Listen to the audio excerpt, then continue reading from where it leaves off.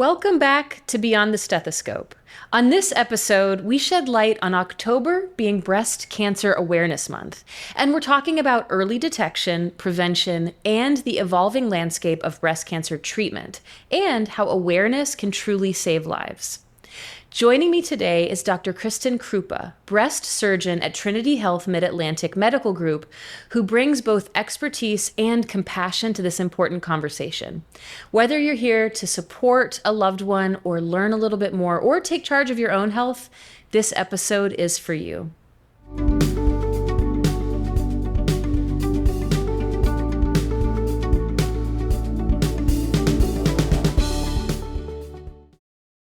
Dr. Krupa, thank you so much for joining me today. Thank you for having me. I really appreciate it. And what an important topic and timely time of year to discuss this.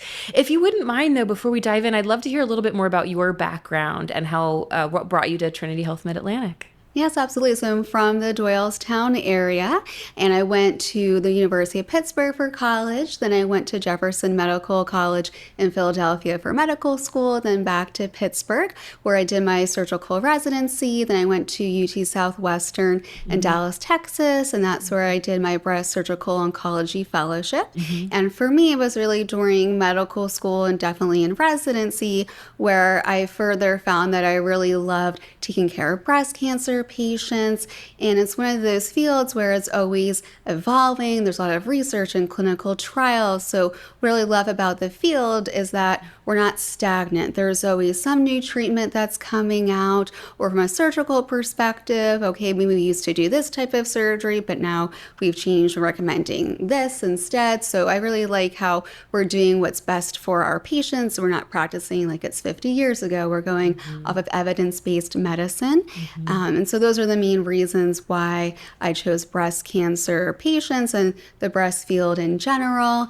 And another reason, as far as for breast cancer, I did unfortunately have a close family friend who was diagnosed with breast cancer. And so her journey going through that also influenced my decision to become a breast cancer surgeon, or we would call a breast surgical oncologist.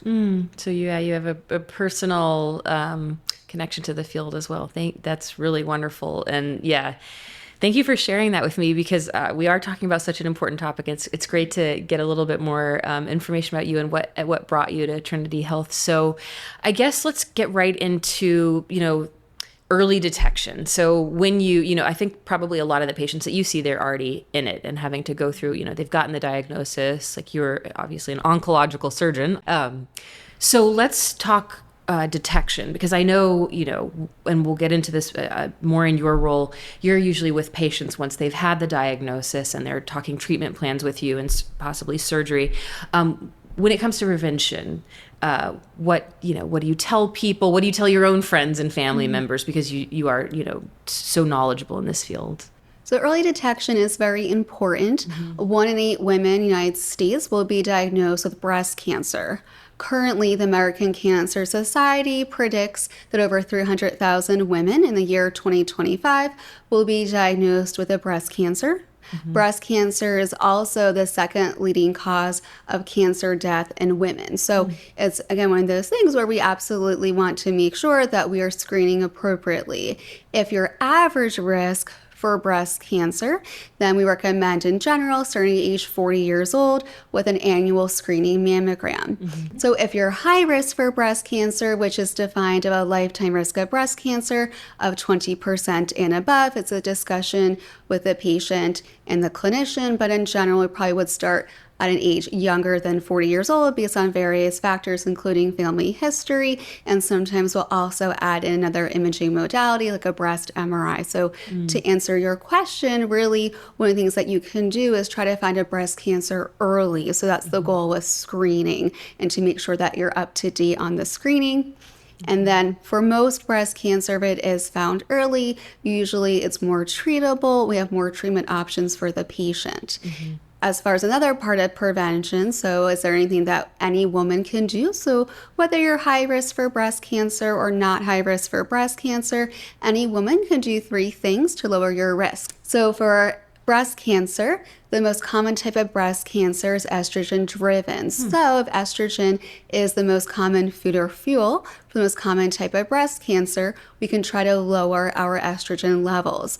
The first thing is to limit alcohol intake to about 1 to 3 drinks per week. That's because alcohol does promote estrogen production in the body. The next two things go hand in hand. The first one is to maintain ideal body weight, and the second one is that we want to exercise about 150 minutes per week. Our fat and muscle cells do create estrogen, so we do know that obesity is a risk factor for breast cancer. That's one of those things that women in general can work on. Of course, being an ideal body weight is good for overall health, but especially from a breast cancer perspective, it does help to lower your breast cancer risk. That's good to know. Thank you. I didn't know the part about estrogen, how that was just so influential. Very good to know. Thank you. And then in terms of self breast exams, would you say that's something women could do monthly? Like, what do you typically, when you talk to your patients, what do you recommend? So for self-breast exams, I would say breast cancer surgeons, usually it's a little bit of a divide. So Right. some people say you should be doing a breast exam every month, get used to your breast tissue. Other people say hold off on doing a breast exam. A lot of times you'll feel something and maybe it's just a pocket of dense breast tissue. So I kind of fall in the middle and I say that if you're someone who'd be super anxious if you felt something and you don't really want to necessarily do a breast exam, that's okay as long as you see an OBGYN or a primary care provider who's going to be doing a breast exam on an annual basis and that you're also keeping up with your screenings. But if you do feel more comfortable with examining your breast tissue, absolutely fine. Just try to do it on a monthly basis. If you are menstruating, try to do it about the same time that you would do every month for around your cycle. And if you ever feel something, bring it to the attention of a provider so that way they can do an exam and help you to differentiate if that's something that is normal or if that's something that then should have further workup with breast imaging. Thank you. That's very helpful. So when you were talking about preventative measures, you mentioned if someone were high risk, and you noted that could be due to family history. At what role are genetics involved, and when do you recommend testing, based on genetics? If you're high risk for breast cancer, that's typically because based on factors like your family history and breast density, in these risk models, your lifetime risk of breast cancer is 20% and above. However, women can also be high risk for breast cancer if you have an abnormal breast biopsy result, and if you also have an abnormal genetic testing result, such as a pathogenic mutation and something like a BRCA gene. As far as genetic testing, if you do have a family history of breast cancer and ovarian cancer, then sometimes per national cancer guideline criteria, it will be recommended that you have genetic testing. It just depends upon how close that relative is to you, first or second degree, when were they diagnosed. For breast cancer, was it triple negative? So there's various factors that you might meet national cancer guideline criteria for genetic testing. However, if you're also high risk because of an abnormal breast biopsy result, a lot of times we will discuss with you genetic testing. And also if you're high risk just because of the risk calculator and your strong family history, then again, we will talk to you about doing genetic testing. And for genetic testing, it's typically not just BRCA1 or BRCA2. There's about 13 different genes that can increase your risk for breast cancer. So that's why for right now, our genetic panels, they are pretty large because they do include breast cancer genes, ovarian cancer, colon cancer, and uterine cancer genes. Wow, good to know. Thank you. I love how expansive that is. It's good to know. So we were talking about, prevention and diagnosis, and you mentioned, high risk. What does it mean to be high risk? When would you recommend that somebody had that risk assessment done?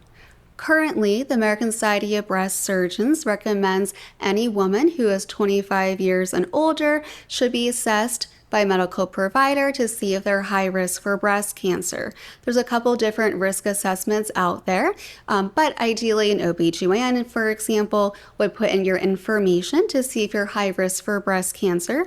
Based on these models, in general, if your lifetime risk of breast cancer is 20% and above, then you'd be considered to be high risk for breast cancer. In general, the information we're putting in these risk models is your age, when you had your first period, when you had your first child, are you in menopause or not? If you are in menopause, how old were you when you went into menopause? Your breast density and your family history of first and second degree relatives who've had breast cancer and ovarian cancer. So those are the main things that go into the risk assessments. If your lifetime risk of breast cancer is 20% and above, then in general, we start screening early and more frequent. So meaning you have breast imaging every 6 months. Typically, we'll alternate a screening mammogram with a breast MRI. We'll also talk to you about doing genetic testing to see if there's any abnormalities or mutations in your genes to increase your risk for breast cancer. We will also discuss with you that you can meet with one of our medical oncologists to talk about pills that block estrogen.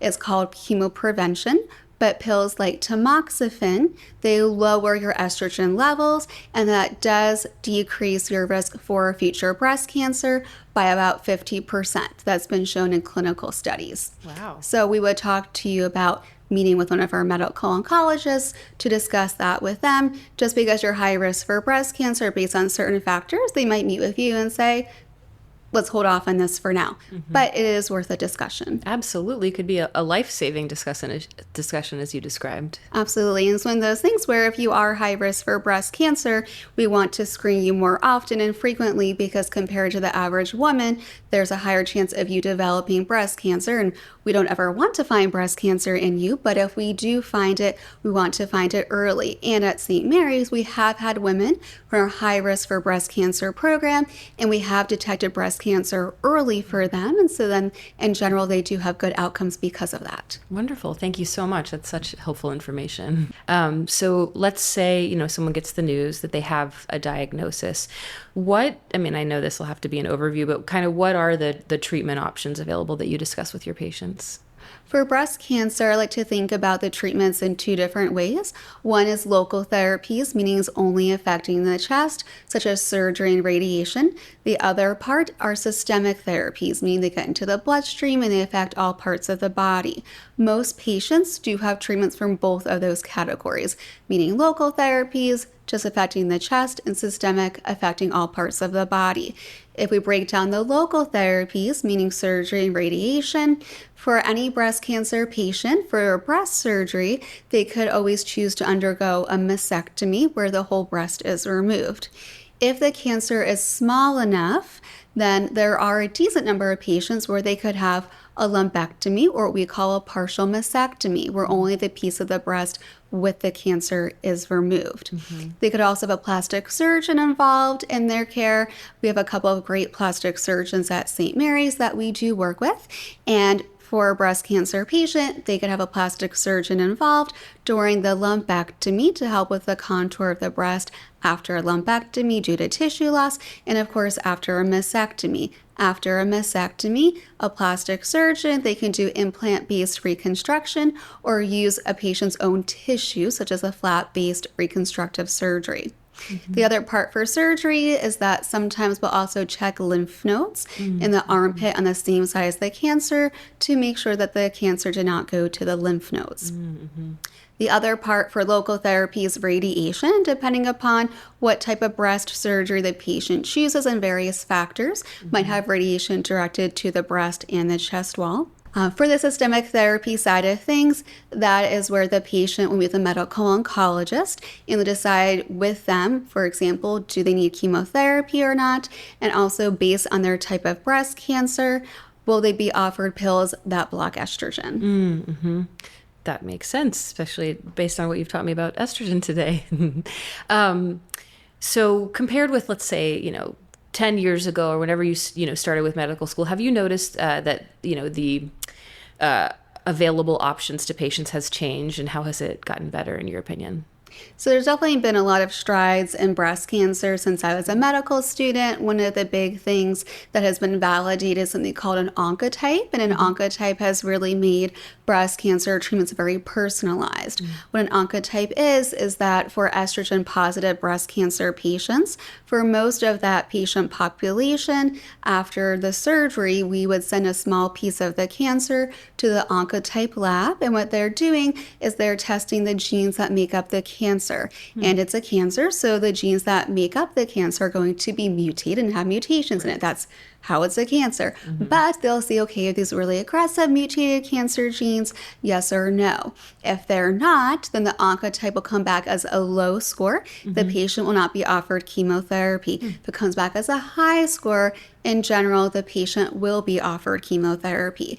And that's something that wasn't here 10 or 15 years ago. So it really helps to make sure that we're not over-treating patients. We're not giving patients chemotherapy who wouldn't benefit from it, but then they have the comorbidities potentially afterwards because of chemotherapy. So that's definitely something that definitely has really changed how we treat breast cancer patients within the past 5 years or so. That's really, wow, that's incredible. I had no idea. I'm learning so much.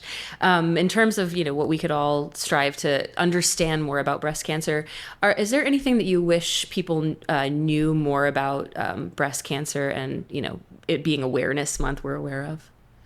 What I really want people to know is that in general, breast cancer, again, is very treatable if we catch it early. And so it's all about staying with that screening mammogram once a year if you're average risk, or starting earlier and doing more frequent imaging exams if you are high risk. What I hate to see is a patient maybe who they didn't have a mammogram for 5 years, they feel something, and then they get the breast imaging, and then their treatment options can be limited potentially.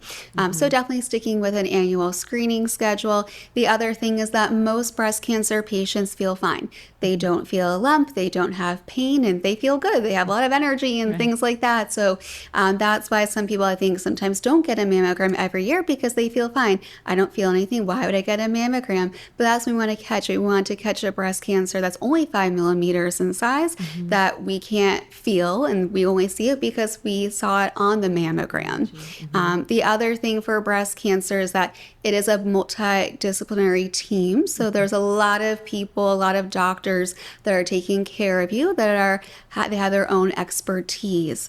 And that's one of the things for breast cancer that I really love is working on a team with a great team at St. Mary's with our medical oncologists, radiation oncologists, plastic surgeons, of course, us as the breast surgical oncologist. So all of us work together to make a personalized treatment plan for each patient. And it's a very big team, and our goal is to take the best care of that patient as we can. Yeah, that's just so comforting to know that, because that was actually going to be my last question for you, kind of, what is the message that you give to patients when they've just received that diagnosis? It sounds like, you're an incredible part of an amazing team. And, what would that message be to someone who's just received a diagnosis? So the first thing I would say is take a deep breath. It's going to be okay. A lot of patients, and understandably so, when they hear that they do have a breast cancer, they get very concerned, which again, absolutely understand that. We do want to treat it appropriately and efficiently because it is a breast cancer after all. But I also want patients who have a diagnosis of breast cancer to know that in general, it's going to be okay. It might be a little bit of a bumpy road, but we will get you through it. And most breast cancer patients do well. Some might need chemotherapy, some might not. But what we know is that right now for breast cancer, because of advancements in treatment, patients are doing a lot better than they were in the past. Oh, it's so good to hear. Very heartening. A great message to end our talk on, but also for Breast Cancer Awareness Month. I really appreciate you taking the time. Thank you. Yes, absolutely. Thank you. Breast cancer awareness isn't just about wearing pink. It's about taking action, scheduling screenings, knowing your risk, and supporting those on their journey. To learn more about breast cancer prevention or to schedule a consult with Dr. Krupa, if you think you may be at risk, visit the link in the description below. Thank you for joining us today on Beyond the Stethoscope. Be sure to hit the subscribe button and follow Trinity Health Mid-Atlantic on social media for new episodes every other Thursday.